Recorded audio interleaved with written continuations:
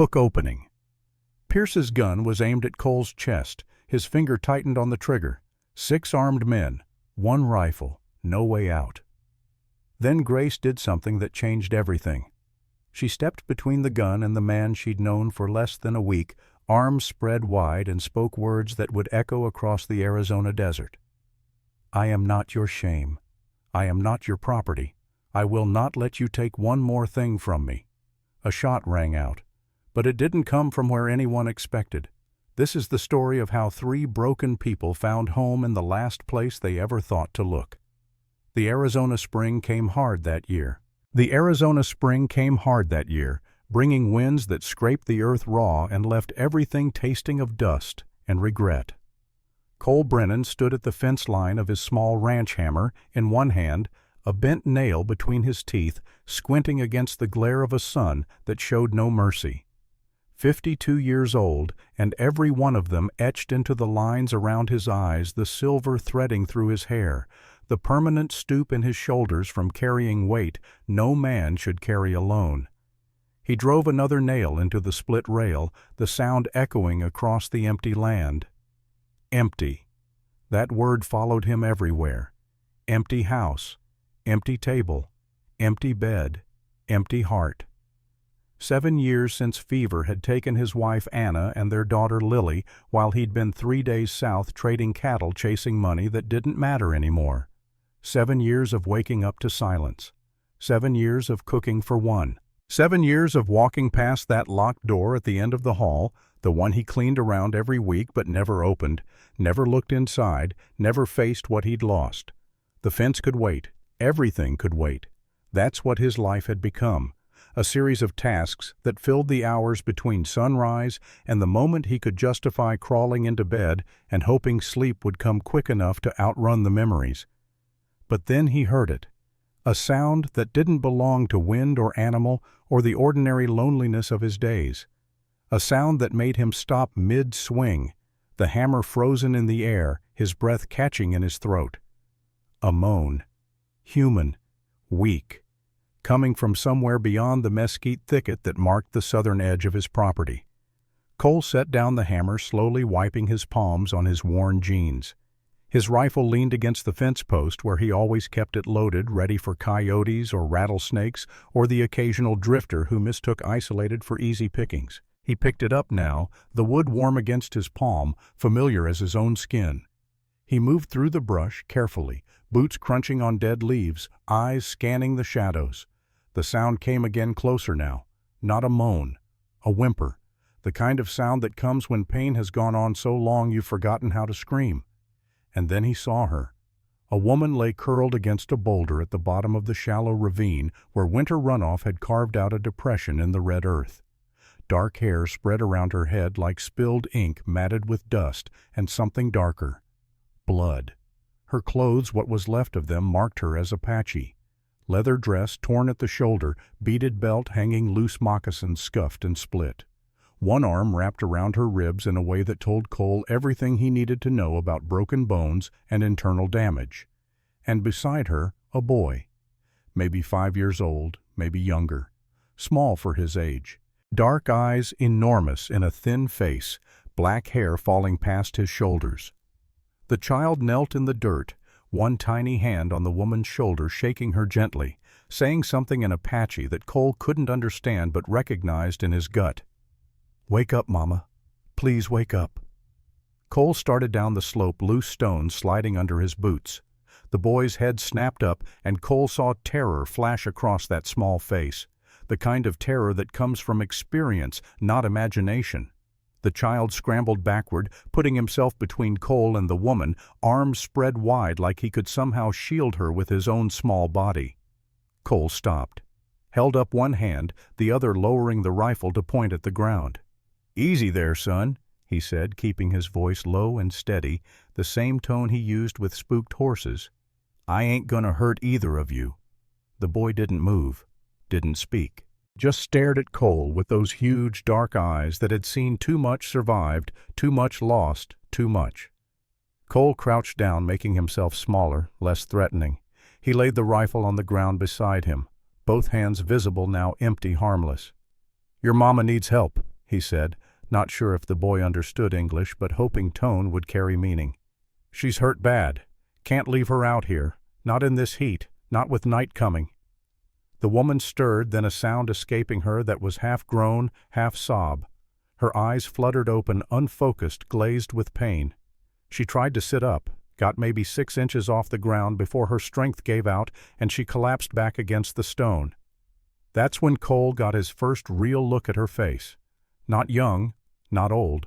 Somewhere in that middle ground where life has written its story but hasn't finished the last chapter. Maybe 35, maybe 40. Hard to tell with that much pain etched into every line. But beautiful, even battered and broken as she was. The kind of beauty that comes from the bones that survive suffering that endures. She saw him then, really saw him, and Cole watched her cycle through the same emotions he'd seen in wounded animals. Fear first, then calculation, then something that looked almost like resignation, like she'd been running so long she was almost relieved to finally stop. "Don't," she whispered the word barely audible.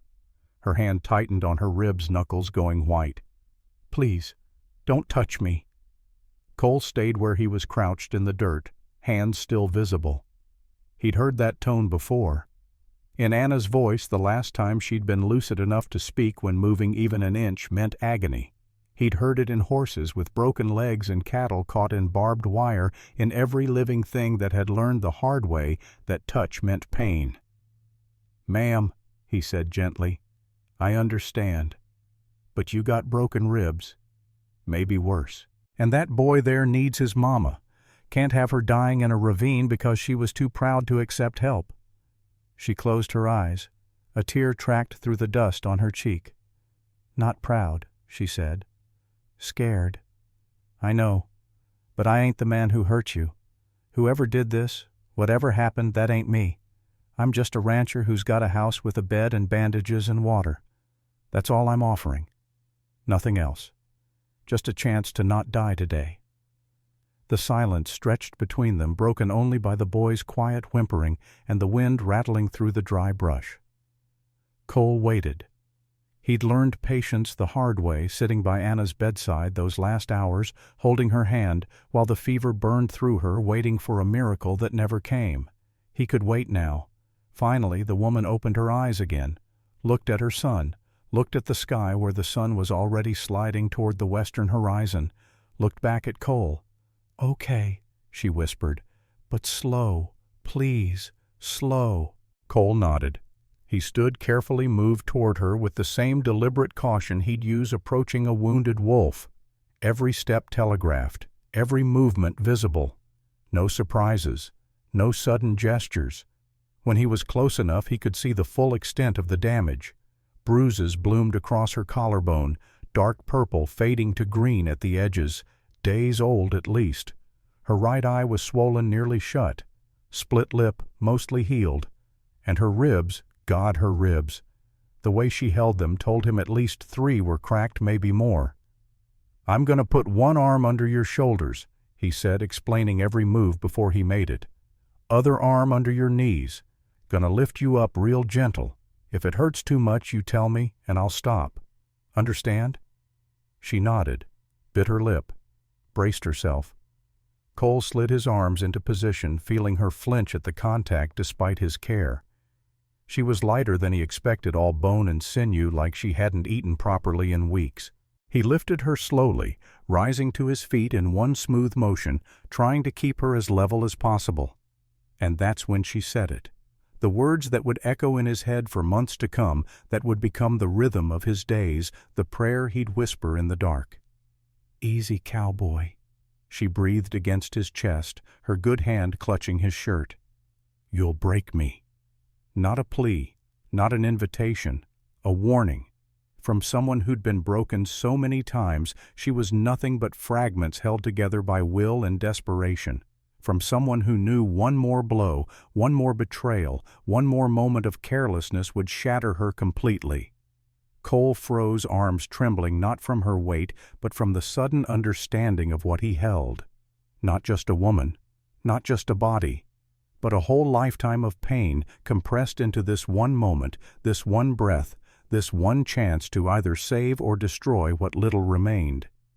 "I got you," he said quietly, "and I ain't letting go till you're safe." "That's a promise." He looked at the boy who still watched with those wary eyes. "Come on, son, follow us up. Your mama's gonna be all right." The child hesitated, then scrambled up the slope behind them, staying close enough to touch the hem of his mother's torn dress, tethering himself to her like a lifeline. The walk back to the house took forever, and no time at all. Cole moved carefully, watching for rocks and holes, adjusting his grip whenever she gasped or stiffened. She didn't speak again, saving her strength, but her fingers never loosened their hold on his shirt. The boy shadowed them silent as a ghost, leaving small footprints in the dust. When the house came into view, Cole felt the familiar twist in his gut. Once it had been a home. Anna had planted roses by the porch. Lily had drawn pictures that Anna had pinned to the kitchen walls. There'd been curtains in the windows, laughter in the rooms, life in every corner. Now it was just a structure, clean but sterile, functional but empty. He kept it maintained the way he maintained the fence, because work filled time, because motion kept memory at bay, because if he let it fall apart, he'd have nothing left to prove he was still alive. He shouldered open the door, carried the woman through the main room with its bare walls and minimal furniture straight to the bedroom. His bedroom. The only real bed in the house. He laid her down on the faded quilt, stepping back immediately to give her space. She sank into the mattress with a sigh that was part relief, part agony. Her eyes closed again, and for a moment Cole thought she'd passed out. But then her hand moved, reaching out blindly, finding the boy who'd climbed up beside her. "Samuel," she whispered. The first name Cole had heard, the first piece of her story. "Baby, we're safe. For now." Cole moved to the kitchen, his mind already cataloging what he'd need. Bandages, water, whiskey for cleaning wounds, maybe laudanum if he had any left from the last time Doc Hayes had come out to treat a ranch hand's broken arm, clean cloth for binding ribs, food, though she probably couldn't eat much yet. He pumped water into a basin, grabbed towels from the cupboard, found the box of medical supplies he kept under the sink. When he came back, the boy had curled up in the corner of the room, eyes fixed on his mother, one small fist pressed against his mouth. Cole set the basin on the bedside table, pulled up the chair he used to sit in when he couldn't sleep, when pacing the empty house became too much, when he'd come in here and stare at nothing and remember everything. "Ma'am," he said gently, "I need to check those ribs, make sure nothing's punctured inside. Can you sit up a little?" She opened her eyes. The fear was back sharp and bright.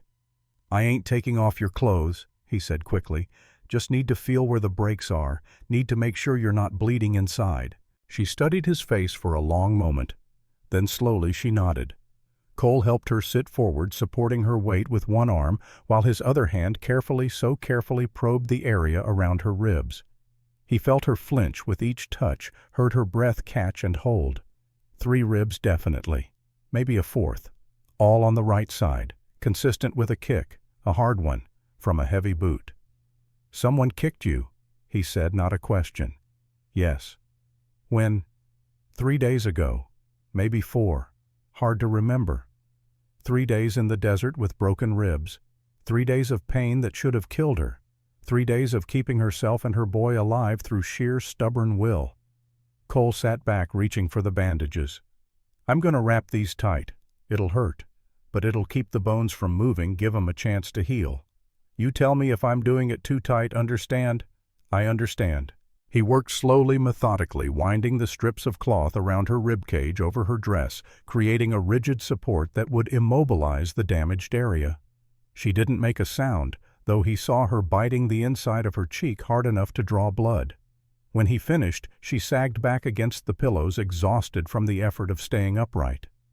"Thank you," she whispered. "Don't thank me yet. We got a long road ahead. Broken ribs take 6 weeks to heal right. You're going to be laid up for a while." "I can't stay that long." "You don't have a choice. You try to leave now, you'll be dead in a day." "I'll be dead here too, when he finds us." The words hung in the air like smoke. Cole leaned back in his chair, studying her face. "Who's looking for you?" She closed her eyes, swallowed hard. Does it matter? Might. If he's the law, I need to know. If he's just some angry man with a grudge, I need to know that too. He's both. And neither. She looked at him then, and Cole saw something in her eyes that chilled him. Not fear. Worse. Certainty. The kind that comes from knowing exactly how your story ends. His name is Harlan Pierce. He's an Indian agent. He has papers, legal papers. Says my son belongs in a school. Says I kidnapped him. Did you? He's my son. Can't kidnap your own child. Law sees it different sometimes. Law sees what it wants to see. Cole glanced at the boy still huddled in the corner watching everything with those two old eyes. What's he really want? Because I've known my share of Indian agents and most of them don't chase a woman 3 days into the desert over a half-breed boy and a school placement. Her jaw tightened. When she spoke again, her voice was harder, flatter, like she'd learned to tell this story without feeling it. My husband was a trader, white man, good man. He married me anyway, even though both our people said no. We had land, good land, found gold on it.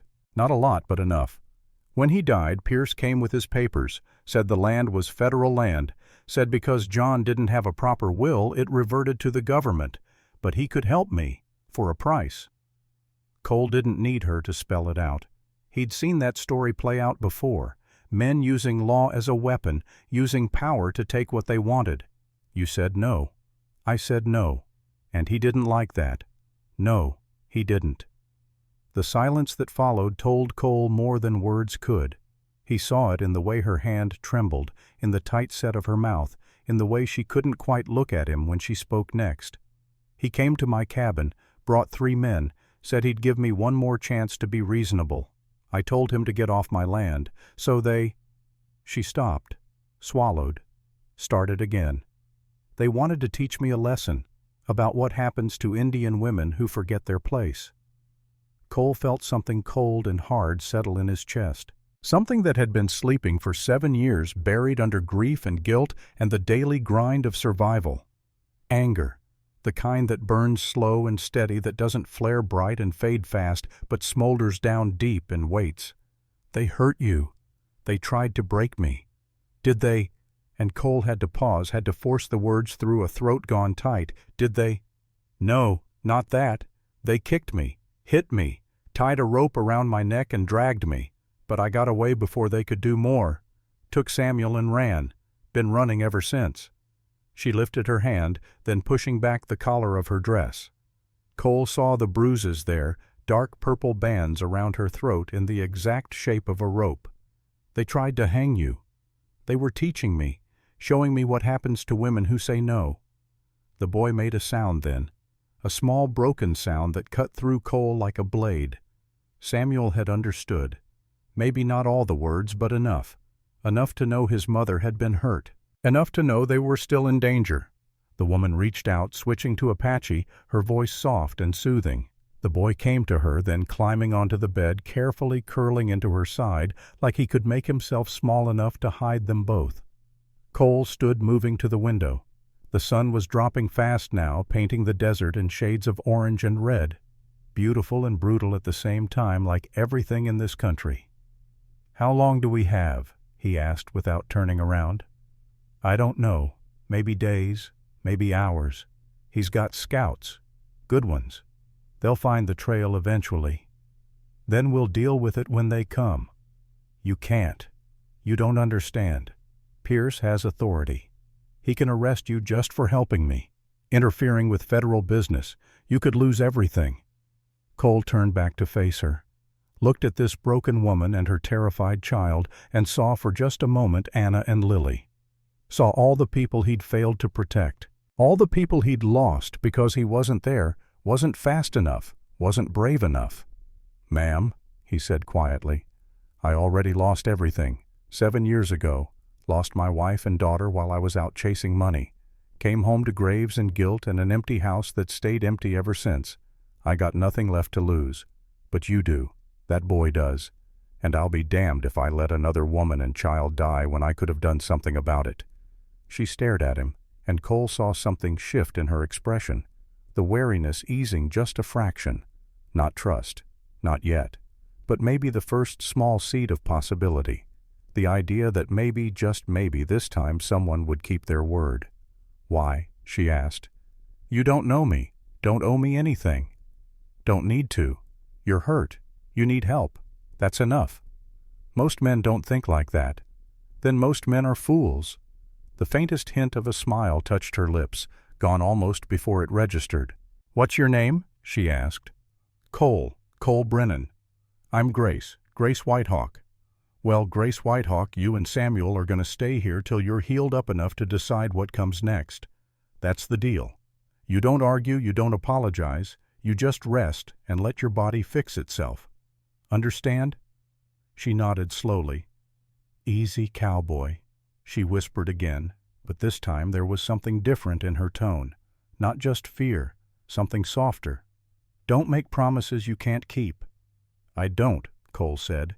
"Never have." He left them then, giving them privacy, giving himself time to think.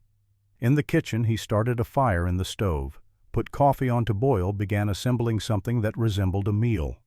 Beans. Cornbread left over from yesterday. Nothing fancy, nothing like Anna used to make. But food was food, and they'd need strength. While he worked, his mind turned over the problem. Pierce, federal agent, legal authority, probably had marshals backing him up. Probably had warrants or papers or whatever official documents men like that used to make their crimes look legitimate.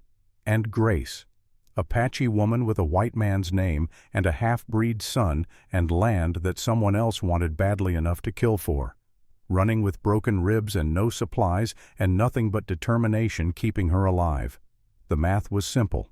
She couldn't run anymore, not in her condition. And when Pierce came, and he would come, Cole would have to make a choice. Hand her over or stand between her and the law.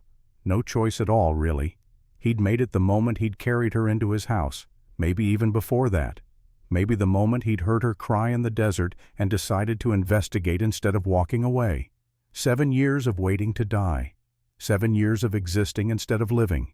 7 years of empty rooms and locked doors and quiet so profound it had become its own kind of noise. Maybe this was his chance at something different. Maybe this was God or fate or whatever force governed the universe giving him one more shot at doing something that mattered. Or maybe he was just a lonely old fool who'd latched onto the first living thing that needed him in 7 years. Either way, he'd made his choice. The coffee boiled. Cole poured 2 cups, left one on the stove for Grace when she was ready, took the other outside to the porch.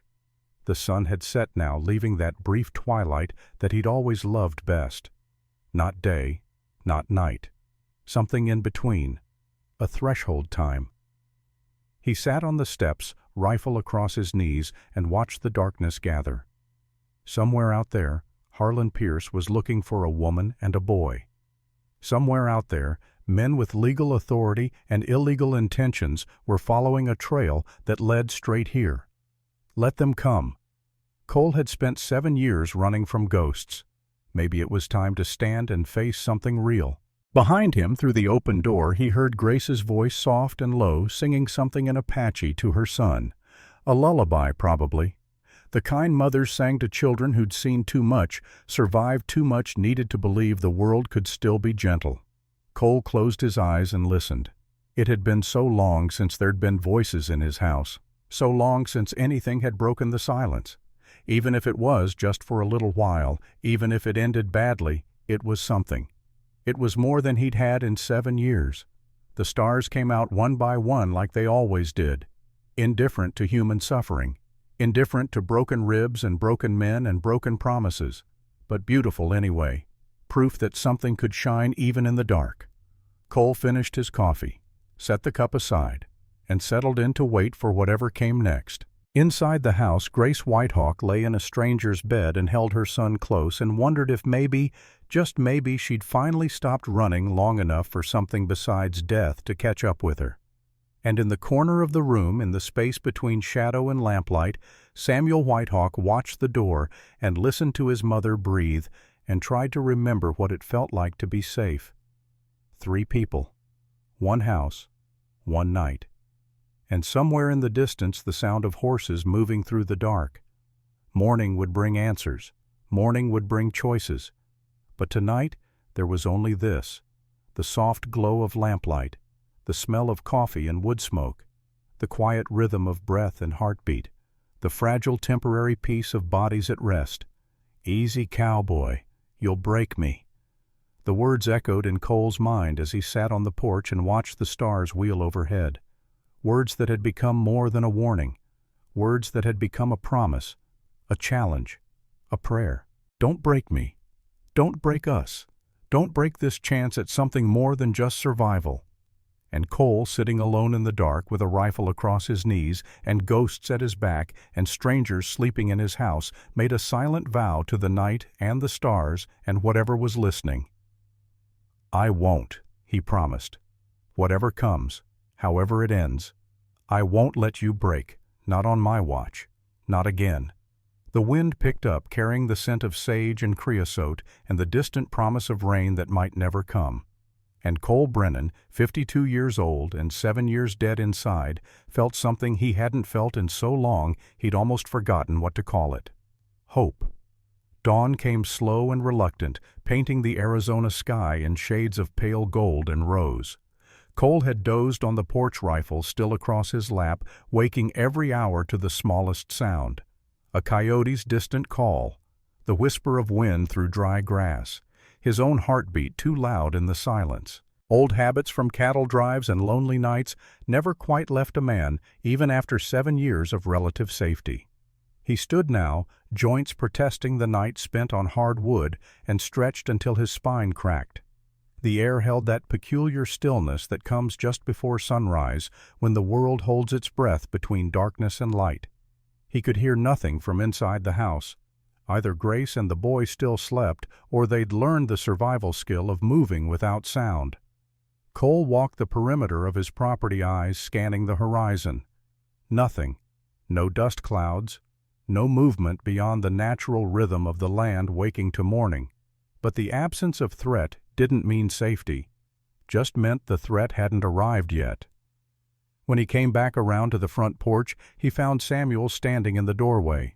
The boy had positioned himself where he could see both the bedroom where his mother slept and the yard beyond, ready to run or fight or whatever a 5-year-old could manage against the monsters that hunted them. His small hands gripped the doorframe knuckles white with tension. Cole stopped a respectful distance away, making no sudden movements. "Morning, son," he said quietly. "Your mama's still sleeping." Samuel stared at him with those enormous dark eyes that had seen far too much. Didn't speak. Didn't nod, just stared with an expression that was equal parts fear and determination. Cole understood. The boy didn't trust him. Shouldn't trust him. Trust got people killed. Trust was a luxury for those who hadn't learned the hard way that most men weren't worth the faith you put in them. "I'm going to make some breakfast," Cole said, keeping his voice level and calm. "Eggs if the chickens were feeling generous. Maybe some bacon. You can eat in there with your mama, or out here or wherever feels safe. Your choice." He moved past the boy, giving him plenty of space, and went to the kitchen. The morning routine of starting the stove, pumping water, grinding coffee beans. Simple tasks that required no thought that filled the time while his mind worked on harder problems. Behind him, he heard small footsteps. Turned to find Samuel had followed, staying close to the wall, ready to bolt at the first sign of danger. "You want to help?" Cole asked, holding up an egg. "Could use someone to crack these into the bowl. Think you could manage that?" Samuel hesitated. Then so slowly it was almost painful to watch, he stepped forward, reached for the egg. Cole handed it over carefully like passing treasure and showed him how to tap it on the bowl's edge, how to separate the shell and let the contents slide out. The boy's first attempt resulted in shell fragments and egg on the counter, but his second worked better. By the third, he had the rhythm of it. Cole said nothing, just handed him eggs one at a time, letting the work speak for itself. They were halfway through when Grace appeared in the doorway, one hand pressed against her wrapped ribs, the other gripping the frame for support. She'd managed to smooth her hair back and wash some of the dust from her face with the basin water Cole had left. In the morning light, without the overlay of pain and fear that had defined her yesterday, she looked younger, stronger, like maybe she was someone who smiled before the world taught her not to. "Samuel," she said softly in Apache, and the boy immediately left the eggs and went to her side, supporting her weight as she made her way to the table. Cole pulled out a chair, helped her sit, then went back to cooking without comment. Some moments didn't need words. Some kindnesses were better offered in silence. He served breakfast on chipped plates that had once been part of a set Anna had loved. Blue flowers around the rim, delicate and cheerful. He'd broken 3 over the years and couldn't bring himself to replace them. Using the remaining ones felt like keeping a promise to someone who couldn't hold him to it anymore. Grace ate slowly, small bites that wouldn't stress her damaged ribs. Samuel wolfed his food like he expected it to be taken away. Cole ate automatically, tasting nothing. His attention split between his guests and the window that overlooked the approach to his ranch. They were finishing when he heard it, the sound that made his stomach drop and his hand move instinctively toward the rifle leaning against the wall. Hoofbeats, multiple horses, coming up the main road. Grace went rigid, her fork clattering against the plate. Samuel made a small sound of terror and pressed against his mother's side. "The bedroom," Cole said quietly. "Both of you. Don't make a sound." Grace struggled to her feet, grimacing with pain. Cole moved to help her, but she shook her head sharply. Pride or stubbornness, or maybe just the learned behavior of someone who'd survived by never showing weakness. She made it to the bedroom, Samuel attached to her like a shadow, and Cole heard the door close softly. He picked up his rifle, checked the load, and stepped out onto the porch. 3 horses, 3 riders. The lead one sat tall in the saddle, silver badge catching the early morning sun. Cole recognized him before he'd even pulled his horse to a stop. Tom Reeves, sheriff of Prescott for the past 8 years. Decent man as lawmen went. Fair when he could be, which was more than most managed. Cole had known him since Tom was a deputy, with more ideals than sense before the job had taught him that justice and law weren't always the same thing. "Cole!" Tom called out, reining in his horse but not dismounting. The 2 men with him stayed mounted too, hands resting easy on their saddles but close enough to weapons to make a point. "Been a while." "Tom." Cole kept his rifle pointed down but ready. "This a social call?" "Wish it was." Tom pushed his hat back, revealing a face lined with the kind of weariness that came from too many hard choices. "Got a situation. Heard you might have company. Woman and a boy. Apache." "Heard from who?" "Does it matter?" "Might." Tom sighed, the sound of a man who'd already lost the argument he was about to have. "Federal agent named Harlan Pierce came through town yesterday. Said he's looking for an Indian woman. Grace Whitehawk. Claims she kidnapped her own son. Says the boy's supposed to be in a government school. Says she's dangerous. She looked dangerous to you, Tom, woman with broken ribs and a terrified child. You saying you got her here? I'm saying I found a hurt woman on my land. Helped her." "That against the law now?" "Depends on who's making the law." Tom leaned forward in his saddle, lowering his voice, though his men were too far back to hear clearly. "Cole, listen to me. Pierce isn't just some agent doing his job. He's got papers, federal papers. He's got marshals backing him. And he's got a mean streak wide enough to drive a wagon through. You get in his way, he'll bury you. Let him try." "Damn it, Cole. This isn't your fight.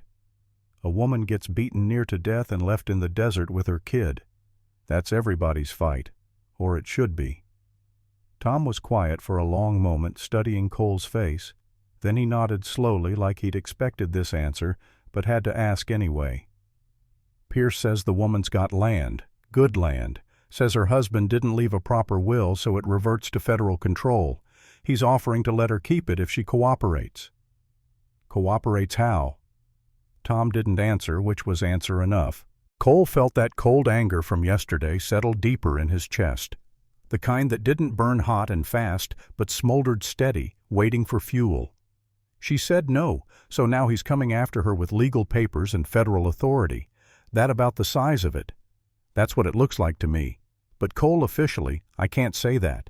Officially, I'm here to check if you've seen anyone matching Grace Whitehawk's description, and officially you're going to tell me no. Am I?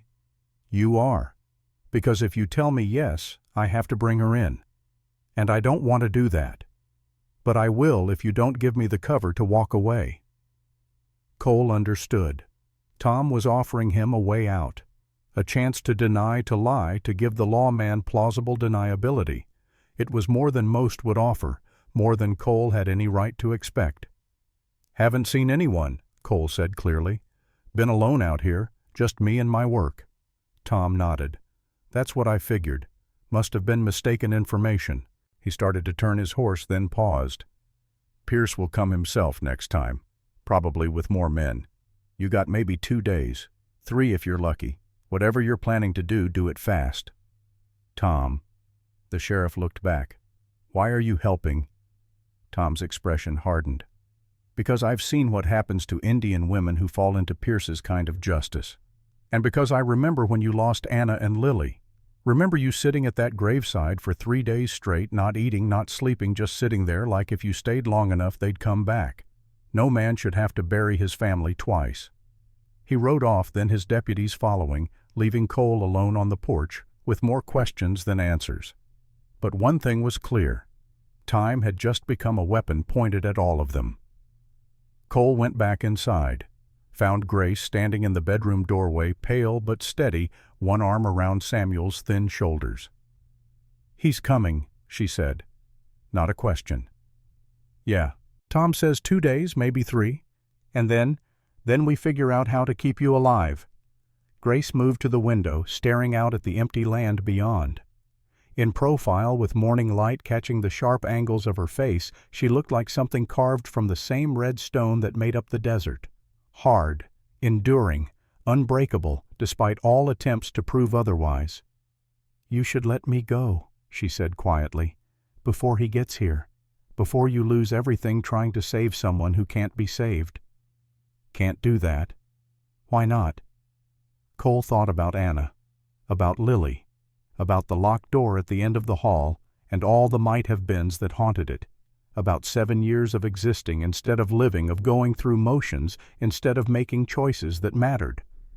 Because 7 years ago I left when I should have stayed, and everyone I loved died while I was gone.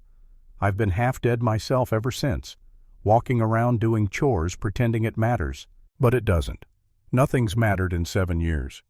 He turned to look at her directly. You matter. That boy matters. Maybe this is God giving me a chance to do one thing right before I die. Or maybe it's just an old fool finding something to care about again. Either way, I'm not walking away.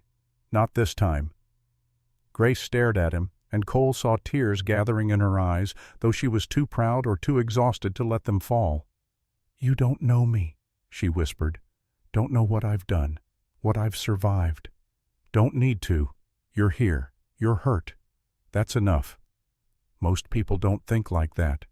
Then most people are wrong.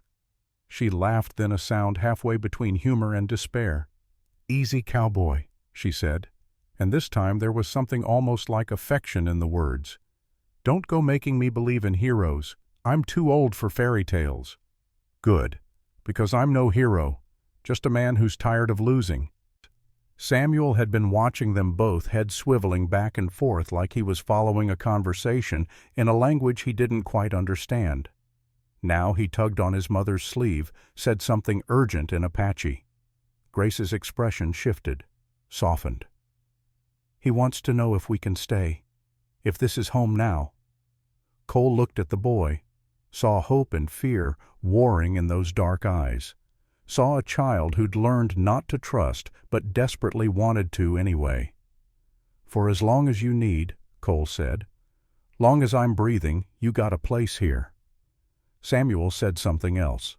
Grace translated her voice thick with emotion. He says you're a good man. He says his father was a good man too. He says good men always die. The words hit Cole like a fist to the gut, not because they were cruel, because they were true. The world had a way of chewing up good men and spitting out the pieces. He'd watched it happen his whole life. Maybe, Cole said, but not today. Today we're all alive, and that counts for something." The rest of the morning passed in a strange kind of domesticity. Grace rested on the bed while Cole and Samuel worked together. The boy helped him muck out the horse stalls, carry water scatter feed for the chickens. Didn't speak, but gradually the rigid terror in his small body eased into something closer to caution. Not trust yet, but maybe the seed of it. Around noon, Cole made a simple lunch: leftover cornbread, dried beef, water from the well, cold and clean. They ate together at the table, and for a moment it almost felt like something a family might do. Almost felt normal. That's when Grace started talking. Not all at once, not in a rush, but slowly, like lancing a wound that had been festering too long.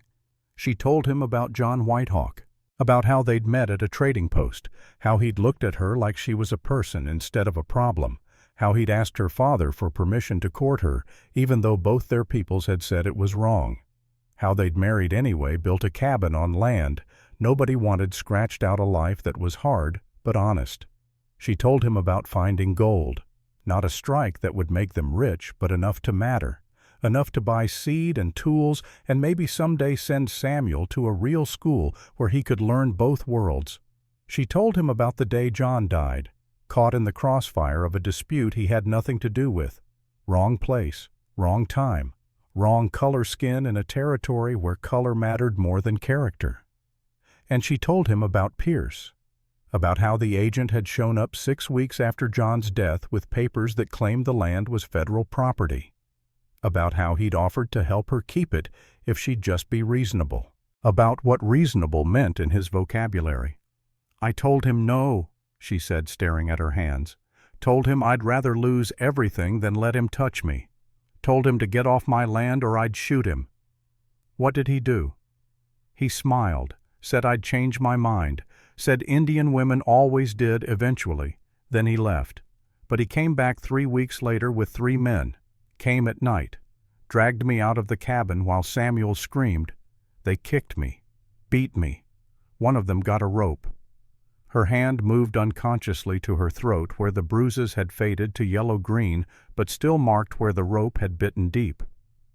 They threw the rope over a tree branch, put it around my neck. One of them said this was what happened to squaws who forgot their place, said they weren't going to kill me, just teach me a lesson. Cole's hands had clenched into fists on the table. He forced them to relax.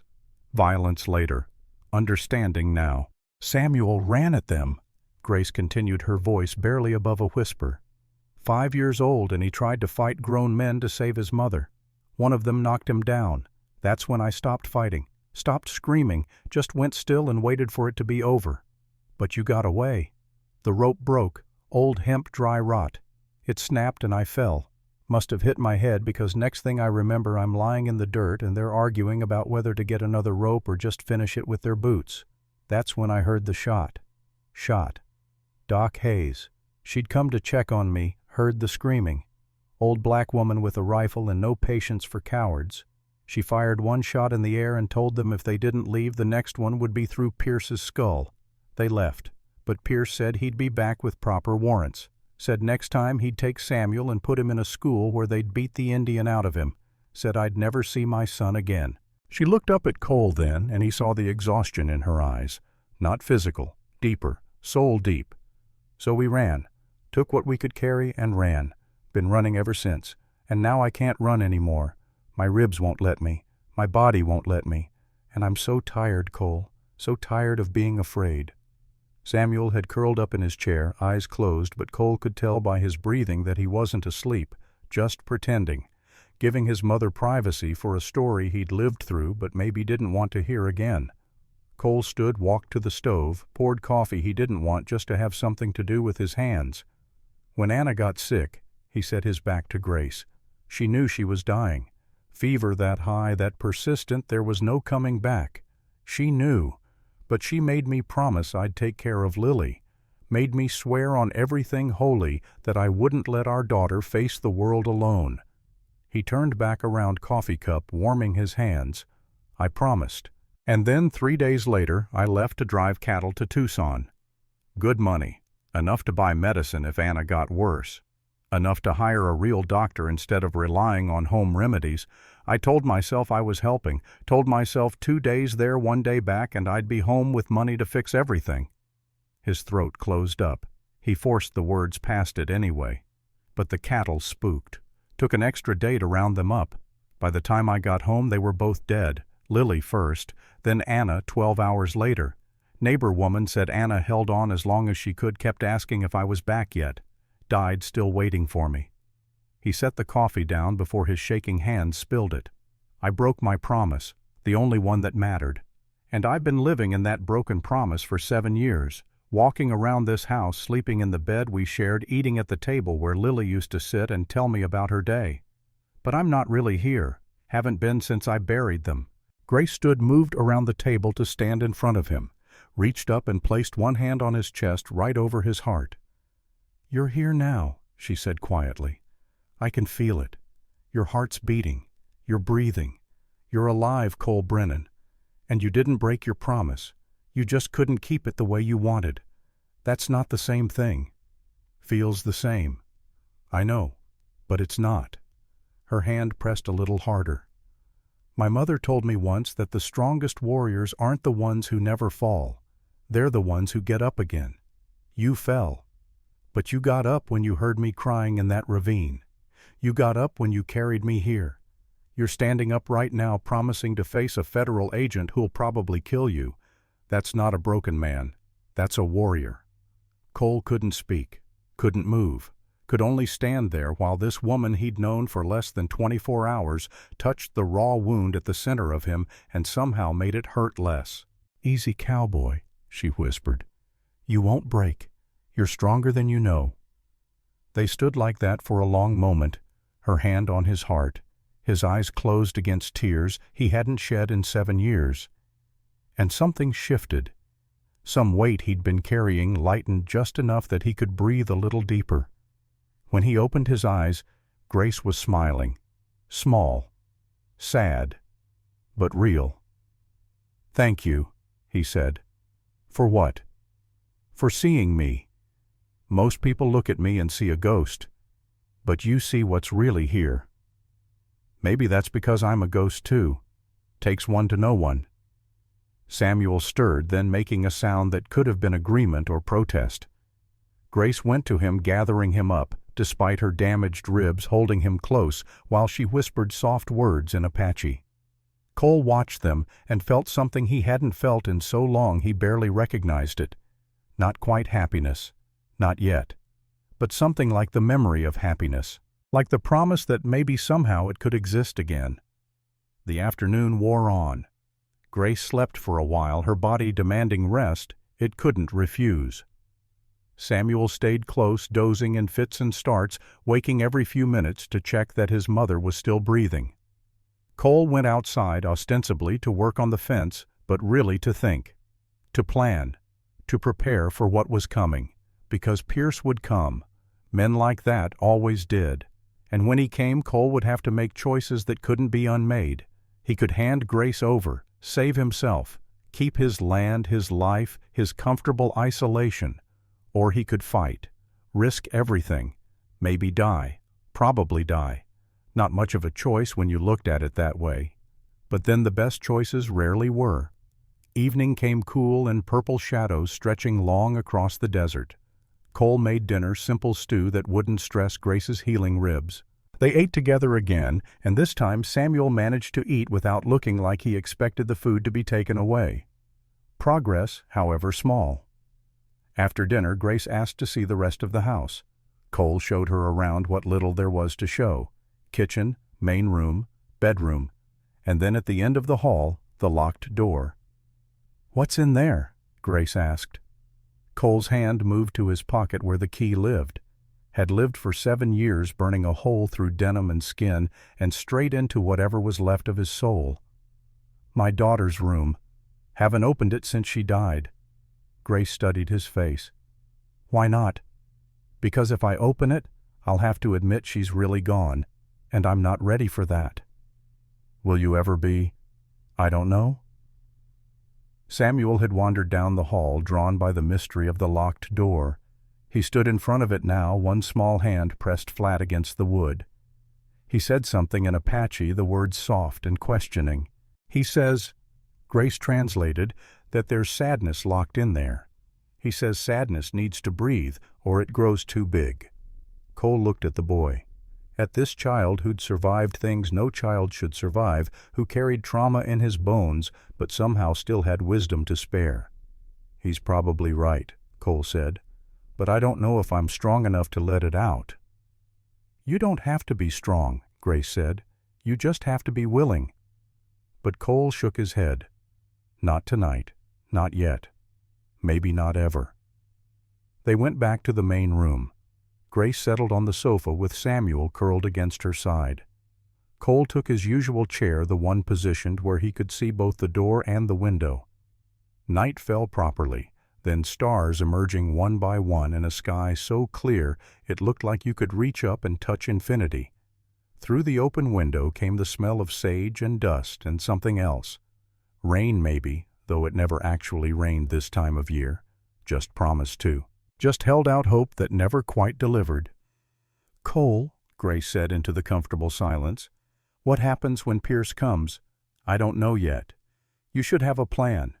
Plans are overrated. Most of life is making it up as you go. That's not reassuring. Wasn't trying to be reassuring, just honest. She was quiet for a moment, then, I could leave. Tonight, take Samuel and run. You'd be safe then. You'd be dead in 3 days. Maybe, but you'd be alive. And that matters to you, a man you just met. Grace looked at him steadily. Yeah, it does. Strange, isn't it? How quickly you can come to care about someone's survival. Cole understood what she wasn't saying, that she was starting to trust him. That trust terrified her, that she was fighting the instinct to run before trust could betray her again.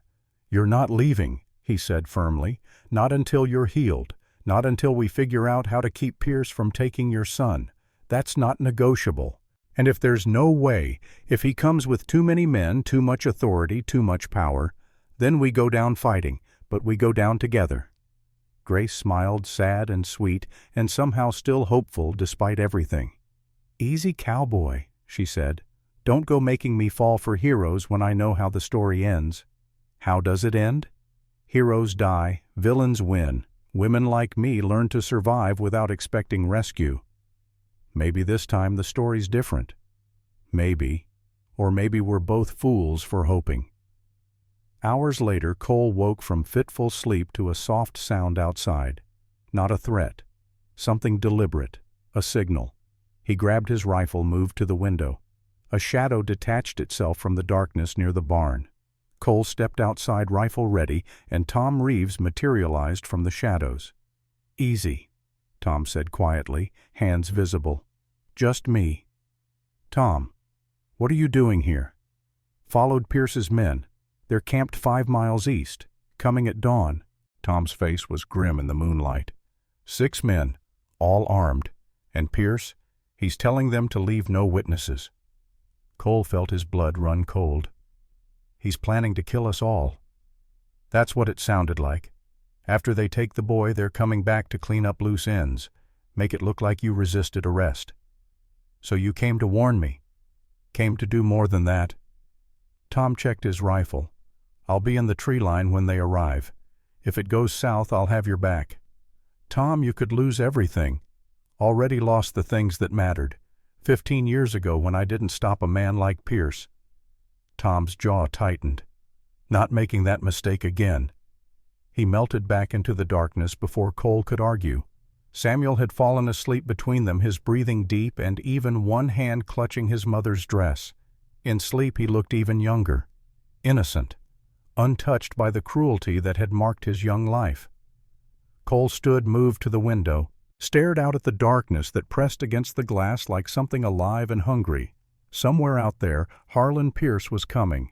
With men. With authority. With all the weight of federal law behind him. And here in this small house that had been empty for 7 years, 3 people waited for the dawn and whatever it would bring. Grace Whitehawk, who'd survived attempted murder and kept running on broken ribs and sheer will. Samuel Whitehawk, 5 years old and carrying trauma like a stone in his chest.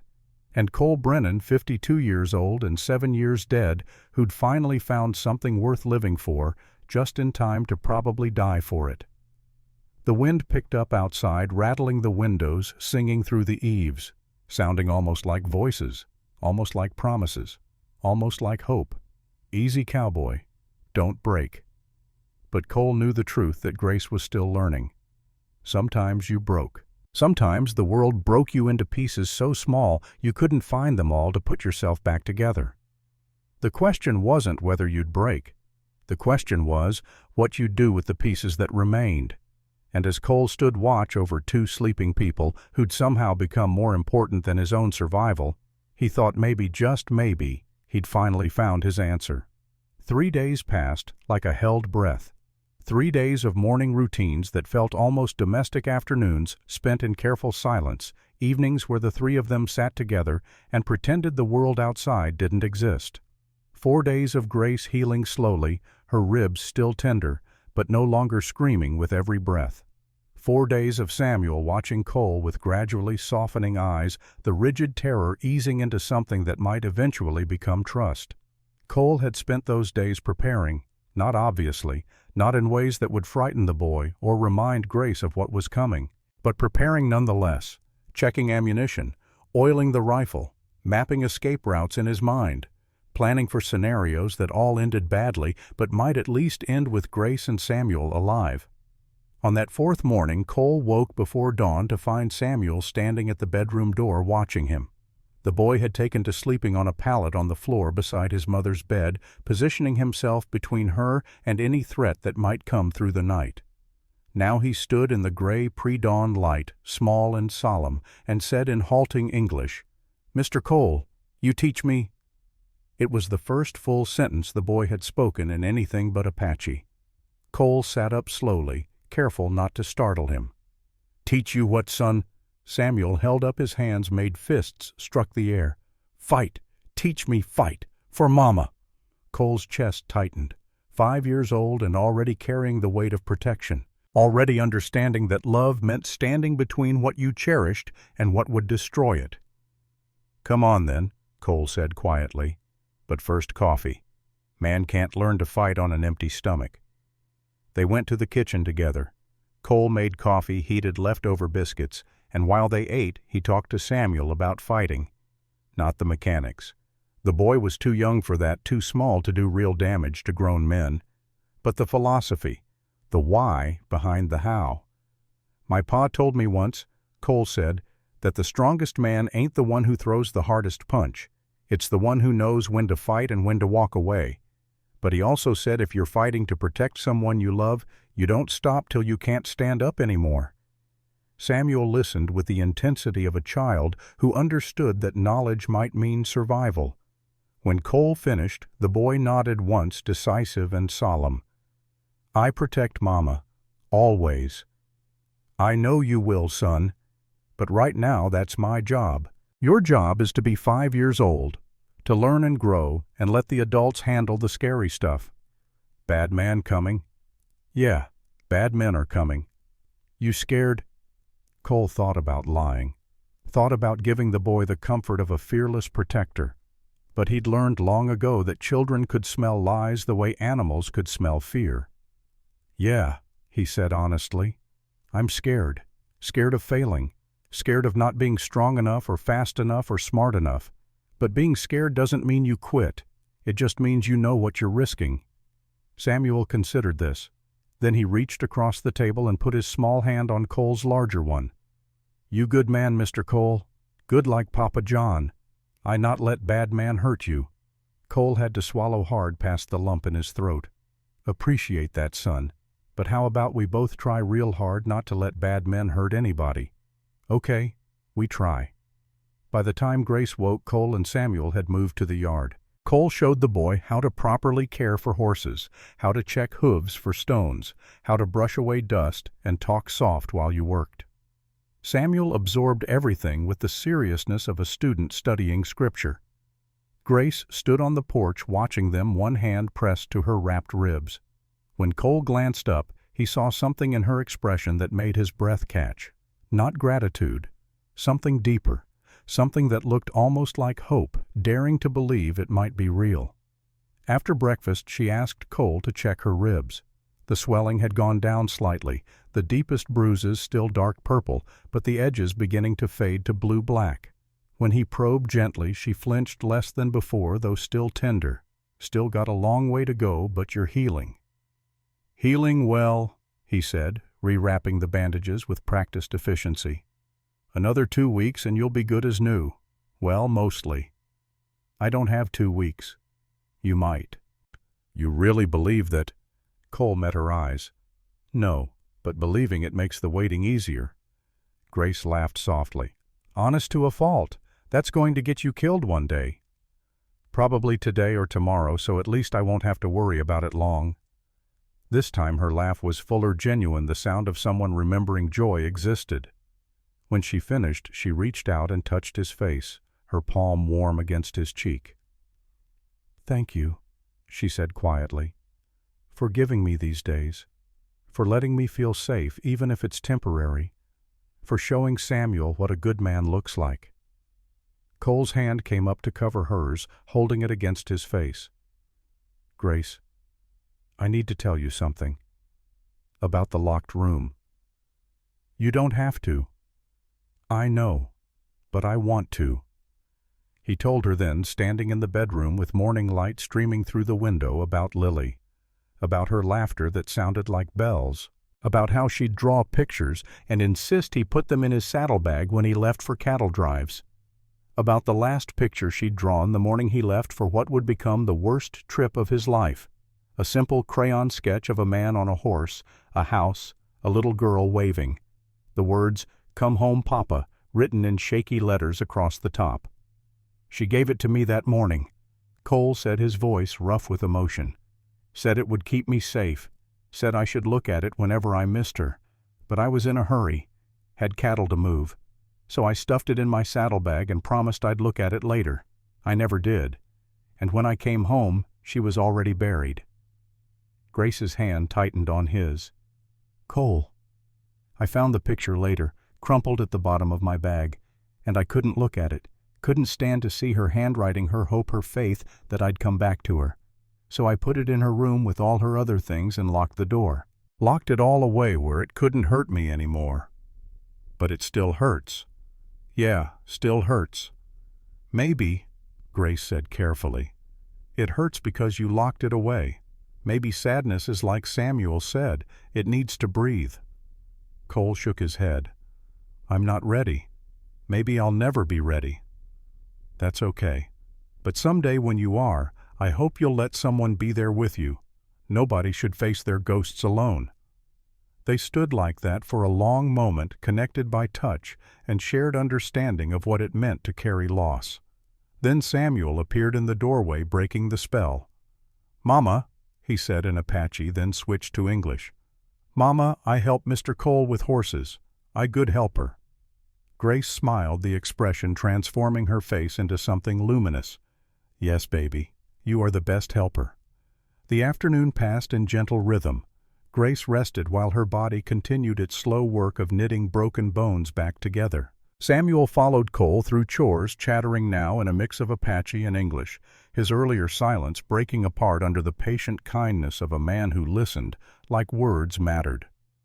As evening approached, Cole went to the porch to watch the sunset, as had become his habit. The sky burned orange and red and gold, beautiful in that fierce way that desert sunsets always were. Behind him he heard Grace's footsteps, slow and careful but steady.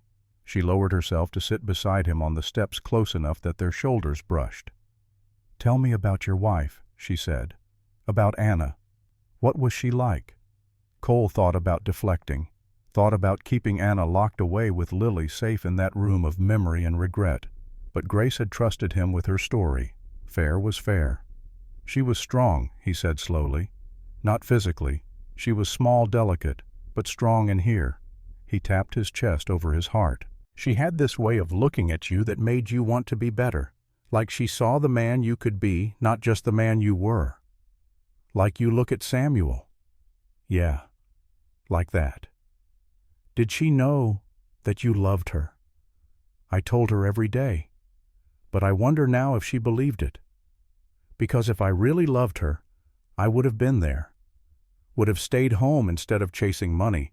Would have held her hand when she died instead of letting her die alone. Grace was quiet for a moment. Then she said, "My mother died when Samuel was born. Complications.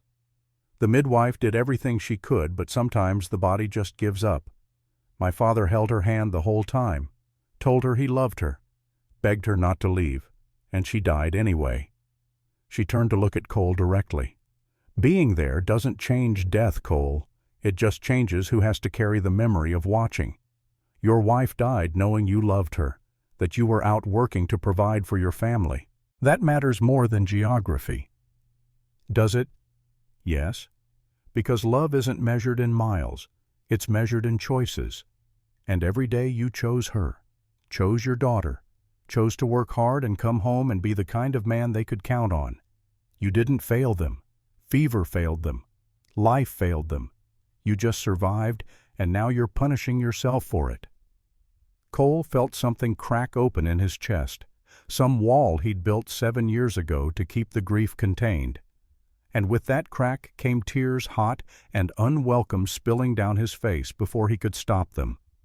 Grace put her arm around him, pulled him close, let him cry against her shoulder while the sun set and the world turned from gold to purple to black. "Easy, Cowboy," she whispered into his hair. "You can break here. It's safe to break here." And Cole did. Broke like glass, broke like stone, broke like a man who'd been holding everything together with wire and wishes, and finally had permission to fall apart. When the tears stopped, Grace was still there, still holding him, still solid and warm and real. "Thank you," Cole managed. "For what?" "For seeing me. All of me. Even the broken parts. Especially the broken parts. Those are the ones that make you real." They sat together as night fell, fully stars emerging one by one overhead. Samuel appeared, eventually climbed into his mother's lap, and the three of them sat in comfortable silence while the darkness gathered around them like a blanket.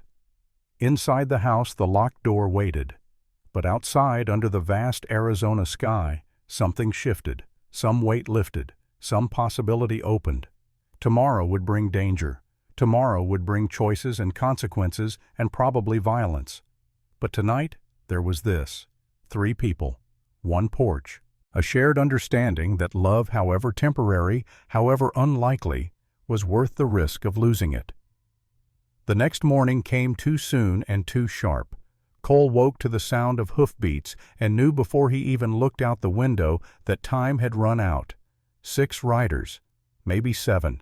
Hard to count in the pre-dawn light, they came from the east moving with purpose, no attempt at stealth.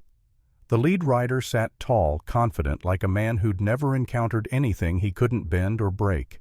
Cole grabbed his rifle and stepped outside. Grace appeared behind him. Samuel pressed against her side. She'd heard it too, heard the end approaching. "Stay inside," Cole said without turning around. "No matter what happens, stay inside.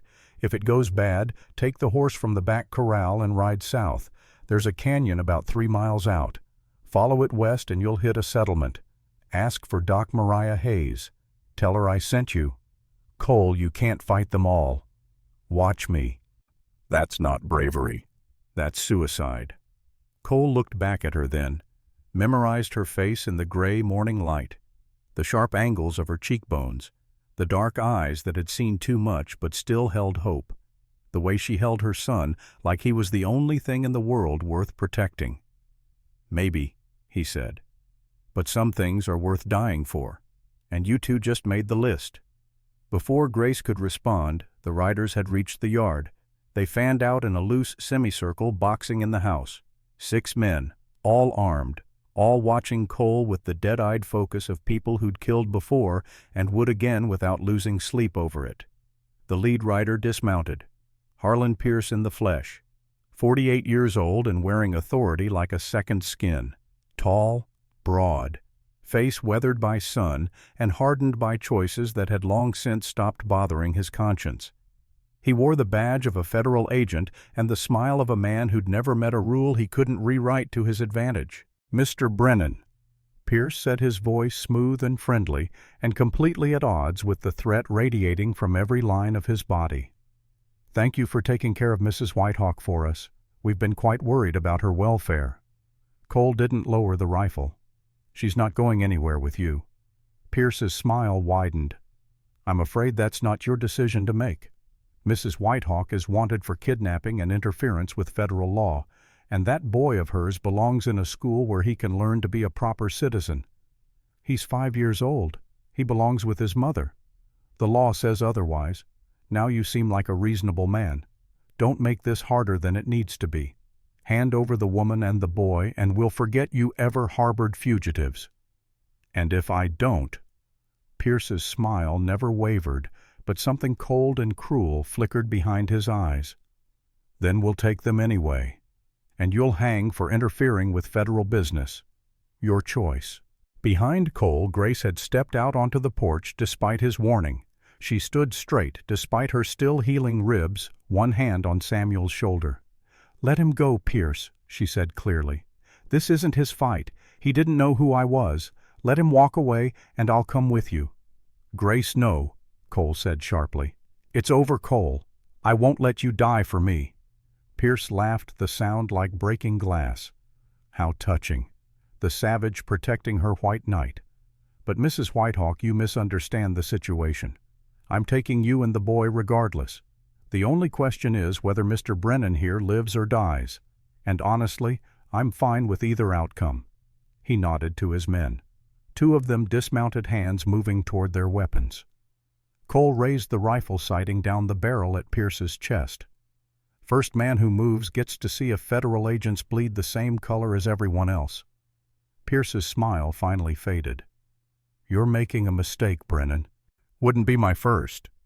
For a long, tense moment, nobody moved. 6 guns against 1. Math that didn't work in Cole's favor. But math had never been his strong suit anyway. Then Samuel did something that changed everything. The boy stepped forward around his mother down the porch steps and walked directly toward Pierce. Small, fearless, carrying the kind of courage that came from having nothing left to lose. "No hurt, Mr. Cole," Samuel said in careful English. "No hurt, Mama. I go to school. I go. You leave them alone."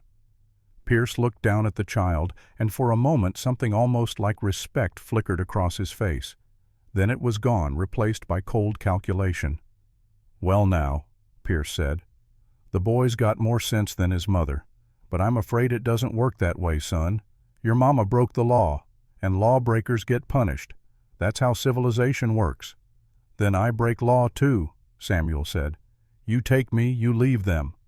"Samuel, no." Grace started forward, but Cole caught her arm, held her back, because he'd seen it. The shift in Pierce's expression, the momentary hesitation, the crack in the armor of absolute certainty. "The boy goes to school," Cole said quickly, thinking fast. "That's what you want, right? That's what your papers say. So take him to school. But Grace stays here. She's hurt. She can't travel. Give her time to heal, and then she can visit her son, legal and proper." Pierce considered this, turned it over in his mind like a man examining a coin for authenticity. "And what guarantee do I have that she won't run the moment we leave?" "My word." "The word of a man harboring fugitives. Forgive me if I'm not reassured." Cole lowered the rifle slightly. "Not a surrender. An offering." "Then take me as collateral. I'll ride with you. Stay in town till Grace is healed and can come see Samuel proper. You've got a federal agent's hostage. Can't run if you've got me." Grace made a sound of protest, but Cole ignored her. This was the play. The only play that kept everyone alive, at least for now. Pierce stroked his chin, thinking. Then he smiled again, and Cole knew he'd made a terrible mistake, even as Pierce opened his mouth to speak. "Counter-offer," Pierce said pleasantly. "I take the boy, I take the woman. And I shoot you for interfering with federal business. Much cleaner that way." He drew his pistol in one smooth motion, aiming at Cole's chest, and Grace screamed. Not a scream of fear, a scream of rage. She lunged forward, putting herself between Cole and Pierce's gun arms spread wide. "You want to shoot someone," she shouted. "Shoot me. Kill me like you tried to kill me before. But you leave my son alone. You leave Cole alone. This is between you and me, Harlan Pierce. Has been since the day John died, and you decided my land was yours for the taking." Pierce's gun didn't waver. "Step aside, Grace." "No." "I will shoot through you to get to him." "Then do it. Pull the trigger. Shoot an unarmed woman in front of witnesses. See how that looks when you file your reports. See how the federal government likes agents who murder Indian women in cold blood." For the first time, Pierce hesitated. Grace was right. Shooting Cole was one thing, man resisting arrest. But shooting a woman who'd committed no crime except refusing to be raped, that was harder to justify. "You're trying my patience," Pierce said through gritted teeth. "Good. Because you tried mine when you beat me, when you put a rope around my neck, when you threatened to take my son and erase everything that makes him who he is." Grace's voice rang out clear and strong, echoing across the empty land. "I am not your shame. I am not your property. I am not some Indian woman you can break and discard. I am Grace Whitehawk, daughter of 2 ravens, wife of John Whitehawk, mother of Samuel. And I will not let you take one more thing from me." Cole had never seen anything like it. This woman barely healed from broken ribs and attempted murder, standing between a gun and the man she'd known for less than a week, claiming her identity and her power with a voice that didn't shake. Pierce's hand did, though. Just slightly. Just enough that Cole saw it. "Last chance," Pierce said.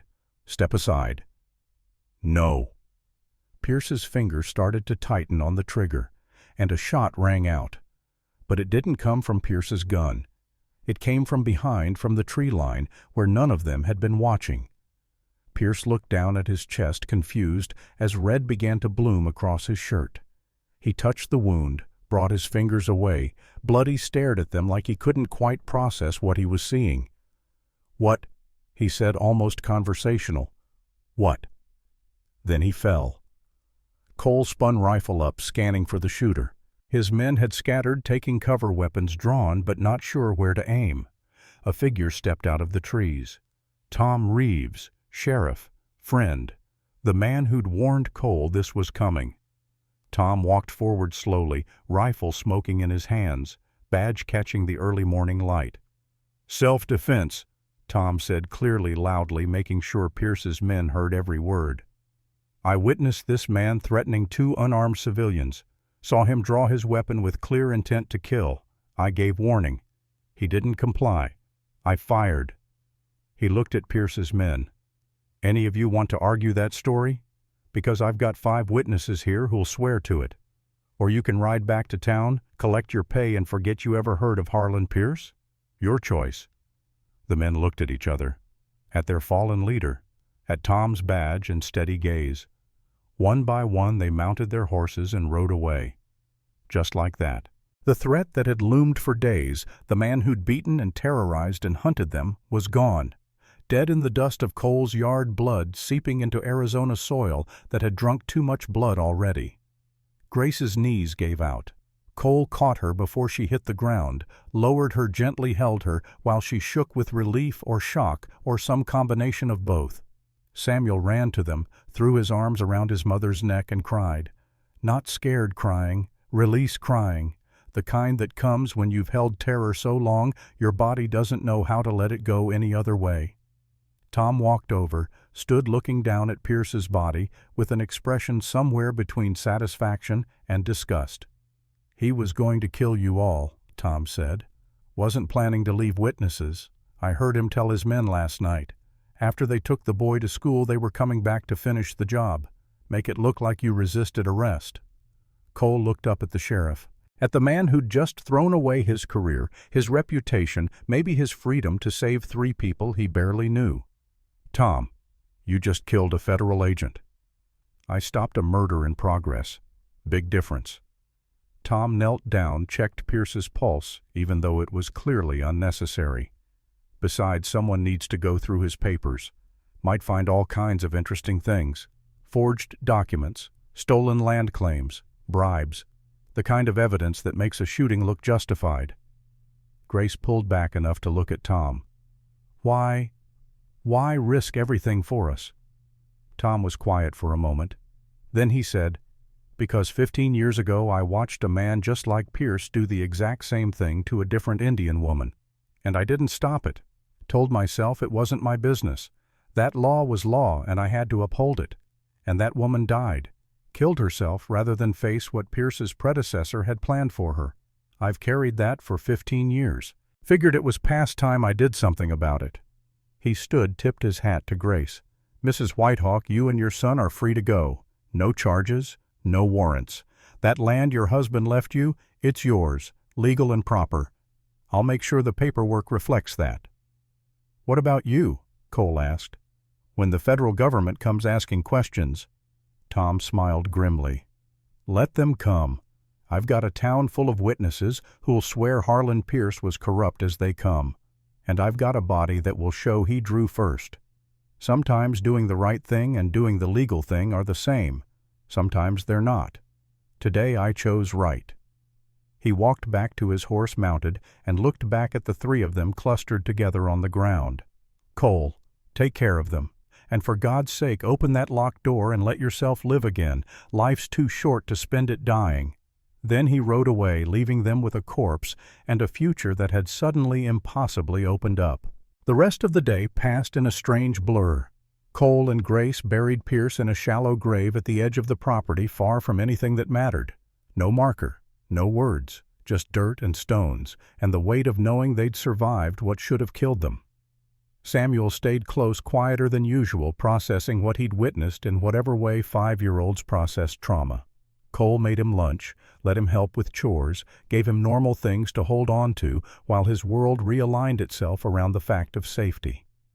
That evening, after Samuel had finally fallen asleep on the sofa, exhausted from emotion and relief, Grace and Cole sat on the porch and watched the stars emerge. "I can't believe it's over," Grace said softly. "I keep waiting for something else to go wrong, for more men to come, for Pierce to somehow rise up out of that grave." "It's over," Cole assured her. "You're safe. Samuel's safe. You can go home." Grace turned to look at him. "What if I don't want to go home?" Cole's breath caught. "Grace, I mean it. What if I want to stay here, with you? Build something that isn't about running or surviving or barely holding on. Build something real. You deserve better than a broken-down rancher with more ghosts than sense. Maybe I deserve exactly what I choose. And I choose this. I choose you. If you'll have me."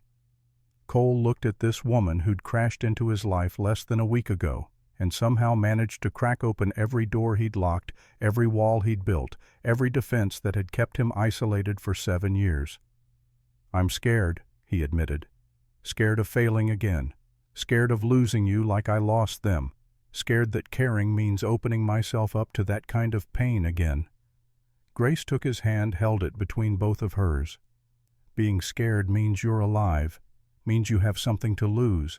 That's not weakness, Cole. That's strength. I don't feel strong. You are. You stood between me and death. You faced down armed men knowing you'd probably die. You gave me and Samuel a home when we had nowhere else to go. That's the definition of strong." Cole squeezed her hand. "Easy, Cowboy," he said, echoing her own words back to her. "Don't make me believe I'm something I'm not." Grace smiled. "Too late. I already believe it. Now you just have to catch up." They sat in comfortable silence, hands linked, watching the desert night wrap around them. Inside, Samuel slept safe and sound. Tomorrow would bring decisions about land and futures and what came next. But tonight, there was only this. 2 people who'd found each other in the aftermath of loss. 2 people who'd chosen life despite every reason to give up. 2 people who'd survived what should have broken them and somehow come out stronger. "Will you do something for me?" Grace asked after a while. "Anything. Open the door. Let me see Lily's room. Let me know the daughter you lost so I can understand the man you are." Cole's first instinct was to refuse, but he thought about what Tom had said, about living instead of dying, about choosing right even when it scared you. "Okay," he said. "Tomorrow. Together. We'll open it together." Together. Grace agreed. And in that moment, with stars overhead and possibilities stretching out before them like the endless desert itself, Cole Brennan felt something he hadn't felt in 7 years. He felt home. The next morning, Cole stood in front of the locked door with Grace beside him and Samuel watching curiously from a few feet back. The key was heavy in his hand. 7 years heavy. 7 years of grief and guilt and deliberately maintained distance. "You don't have to do this," Grace said quietly. "I know, but I want to. Need to." Cole's hand trembled as he raised the key toward the lock. 7 years. 7 years of walking past this door. 7 years of pretending it didn't exist. "Cole," Grace said gently, "if you're not ready—" "I am." But his hand didn't move. The key hovered inches from the lock, frozen. Samuel stepped forward, placed his small hand on Cole's arm. "She not gone," the boy said seriously. "She just sleeping. In here." He pointed to his heart. "And in here." He pointed to Cole's chest. Cole looked down at this child who'd lost his own father, who understood grief in ways no 5-year-old should. And he knew. He couldn't carry this weight alone anymore. "Help me," Cole asked, his voice breaking. Samuel nodded solemnly.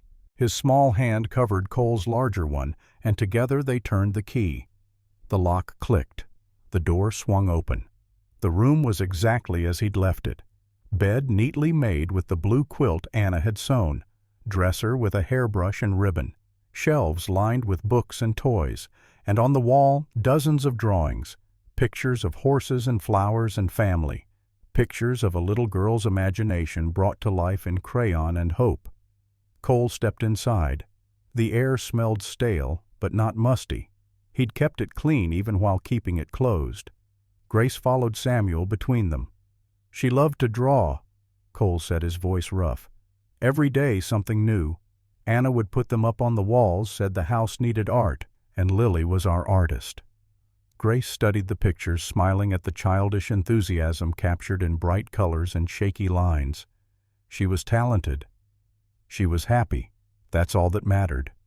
Samuel had found the toy box in the corner. He looked up at Cole, asking permission without words.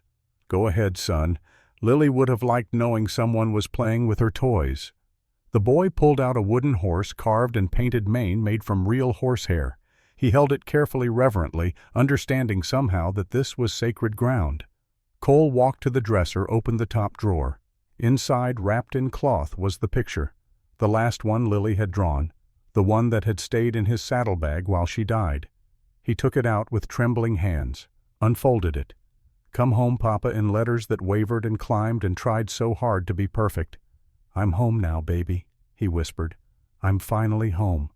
Grace put her arm around him, held him while he cried for the daughter he'd lost, and the years he'd wasted, and the guilt he was finally ready to lay down. When the tears stopped, Samuel came over and took Cole's hand. "She watching you," the boy said seriously. "She happy you not sad anymore." Cole looked down at this child who'd survived so much and still believed in hope. Yeah, I think she is." That afternoon they made decisions. Grace's land was hers, legal and clear. She could return, rebuild the cabin, start over. But she didn't want to. Didn't want to live where John had died, where Pierce had terrorized her, where every shadow held memory of pain. So they decided to stay. All 3 of them. Here on Cole's ranch. Together. It wouldn't be easy. The territory wasn't kind to mixed families, to white men who chose Indian women, to children caught between worlds. But it would be theirs, built on choice instead of obligation, on love instead of law, on the shared understanding that survival was better when you didn't have to do it alone. The wedding was simple. 2 weeks later, under the cottonwood tree behind the ranch, with Doc Hayes officiating and Tom Reeves standing witness. Grace wore a dress sewn from cream-colored cloth, wildflowers in her hair. Samuel stood between them, holding the simple gold bands Cole had purchased in town.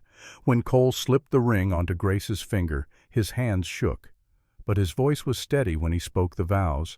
"I promise to stand beside you, to protect you and Samuel, to love you for whatever time we're given." Grace's vows were just as simple. I promise to be your home, to remind you that you're not alone, and to tell you every day, easy cowboy, you won't break us. We're stronger together. 3 months later, Cole stood in the yard and watched Samuel teach a younger boy from town how to brush a horse properly. Grace was in the kitchen making bread, singing softly and Apache. The house smelled like home for the first time in 7 years.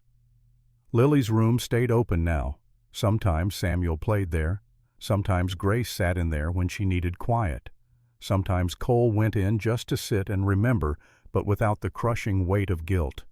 He'd learned to carry his ghosts differently. Not as burdens, but as reminders. Reminders that love was worth the pain of losing it, that connection was worth the risk of separation, that choosing to live meant accepting you might die, but refusing to let fear make that choice for you. One evening, Grace found Cole on the porch and sat beside him with the easy familiarity of someone who belonged. "Samuel called you something today?" She said, her voice thick with emotion. Cole's heart clenched. "What did he call me? Papa?" A tear slid down her cheek. "He asked me if it was okay to call you Papa. I told him that fathers are the men who choose you, not just the ones who make you, and that you chose him the day you carried us home." Cole's throat closed up.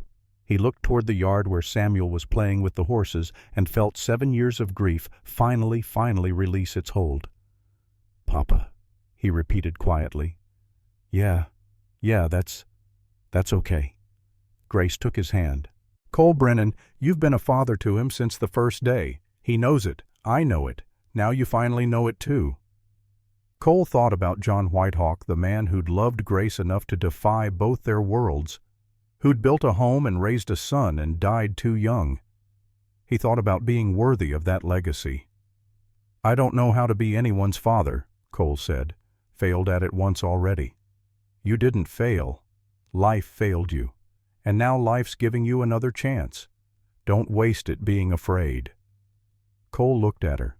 At this woman who'd literally broken into his life and somehow put all his broken pieces back together. At the woman who'd taught him that easy cowboy didn't mean weak. It meant gentle, careful, strong enough to be soft. "Marry me," he said. Grace blinked. "What?" "Marry me. Make this real. Make this permanent. Let me be Samuel's father legally and properly. Let me be your husband if you'll have me. Cole, we've known each other 3 months. And I've known I loved you since the first week. Time doesn't matter. What matters is choosing. And I'm choosing you. Choosing Samuel. Choosing life. If you'll have me." Grace's eyes filled with tears, but she was smiling. "Easy, cowboy. You're going to make me hope for things I thought were impossible." "Good. Because I'm done with impossible. I'm ready for real." "Then yes. Yes, I'll marry you." And there on the porch where they'd first really seen each other, where they'd both dared to believe they deserved more than survival, Cole kissed Grace Whitehawk and felt the last of his locked doors swing open. Behind them, through the window, Samuel watched and grinned. Tomorrow would bring new challenges. Territory that didn't approve. Neighbors who whispered. A world that wasn't quite ready for what they were building. But tonight, there was love. There was family. There was home.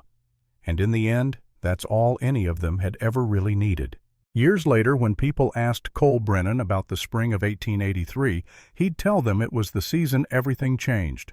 The season a broken woman and a terrified boy stumbled into his life and reminded him what it meant to be alive. He'd tell them about Grace, who taught him that strength wasn't about never breaking, it was about choosing to heal. About Samuel, who showed him that fatherhood wasn't about blood, but about showing up day after day, even when you're scared. And he'd tell them about Lily and Anna, gone, but not forgotten. Because the dead don't want us to stop living. They want us to love fiercely, forgive ourselves, and find joy in the second chances we're given. Sometimes the most profound love stories don't end with a kiss in the rain or a wedding at sunset. Sometimes they end with a man on a porch watching his children play, holding his wife's hand, and finally understanding that easy cowboy didn't mean weak. It meant gentle, patient, strong enough to be soft. It meant home. And that Cole thought as the Arizona sun painted the sky in shades of gold was more than enough. It was everything.